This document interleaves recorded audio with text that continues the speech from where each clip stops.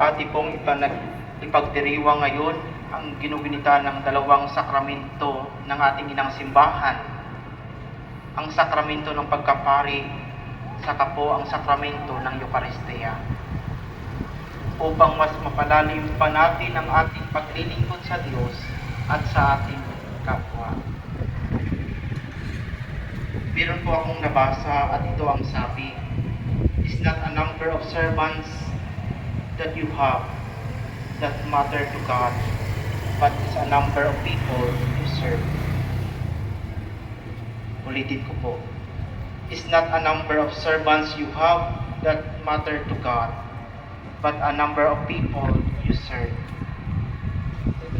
Mamaya po, masaksihan po natin ang paghugas ng paa ng mga apostoles.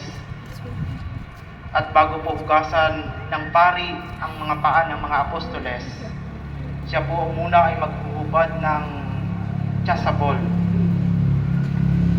At palitan po ito ng tuwalya. Ano po ang kahulugan nito sa ating pananampalataya? Sa ating ebanghelyo ngayon mga kapatid, ito ang ginawa ni Jesus sa kanyang mga alagad. Inubad niya ang magandang kasuotan at pinalitan ng tuwalya. Ang paghubad ni Jesus sa kanyang magandang kasuotan ay nagsimbolo sa kanyang titles o posesyon. Alam po natin kung sino si Kristo. Alam po natin kung paano niya pinahagi ang pagmamahal ng Diyos sa bawat isa. Pero ipinapakita po niya sa kanyang mga apostoles na siya ay naglilingkod. Tayo din, handa ba tayong ubarin ang ating titles o posesyon sa buhay upang maglingkod sa ating kapwa? Pag di tayo handa, di tayo handang magsilbi sa iba.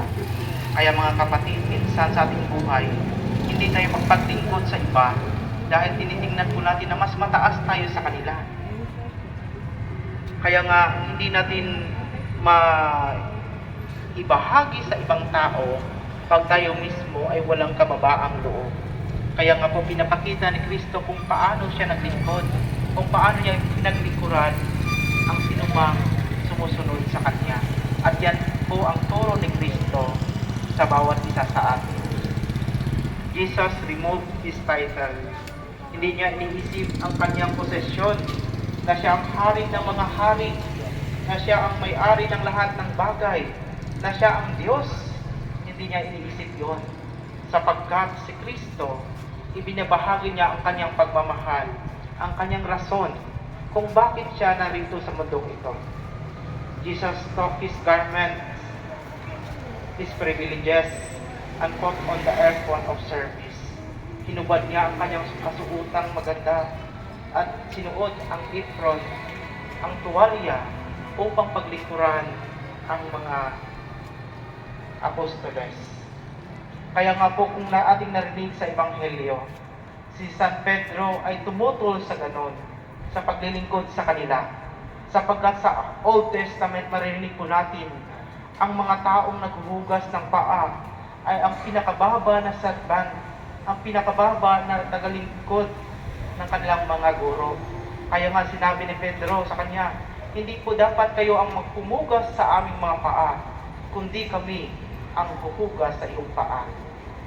Kaya mga kapatid, si Kristo, kanyang pinapakita ang paghugas, ang paglingkod sa ibang tao.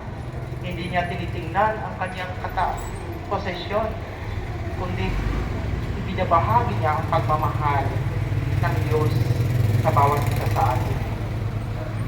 Sabi ni Jesus, kung hindi ka magpapahugas ng iyong paa, magiging hindi ka kabilang na aking tagasunod. Yan po ang ibinahagi ni Kristo. Yan po ang salita ni Kristo. Sa araw na ito din po mga kapatid, itinatag po ni Kristo ang pagpapari. Kaya nga po kaninang umaga, pumunta po kami sa katedral upang mag-renew ang lahat ng mga pari. Ang pari ay naglilingkod sa Diyos at sa bayan ng Diyos. May isang istorya po ako mga kapatid kung paano ang pari naglilingkod at nag-aalay ng kanyang buhay sa mga kanyang isasakupan. During pandemya po, may isang pari, tinawagan po siya na mayroong gustong magpapa-sick call. At nung pumunta po siya, binigyan po niya ng sick call ang isang tao. Paglaan ng ilang araw, siya ay nagkakalagnat at nalaman na siya ay nag-COVID na din po. At sabi ng mga tao, kawawa naman si Padre dahil nagkasakit po siya.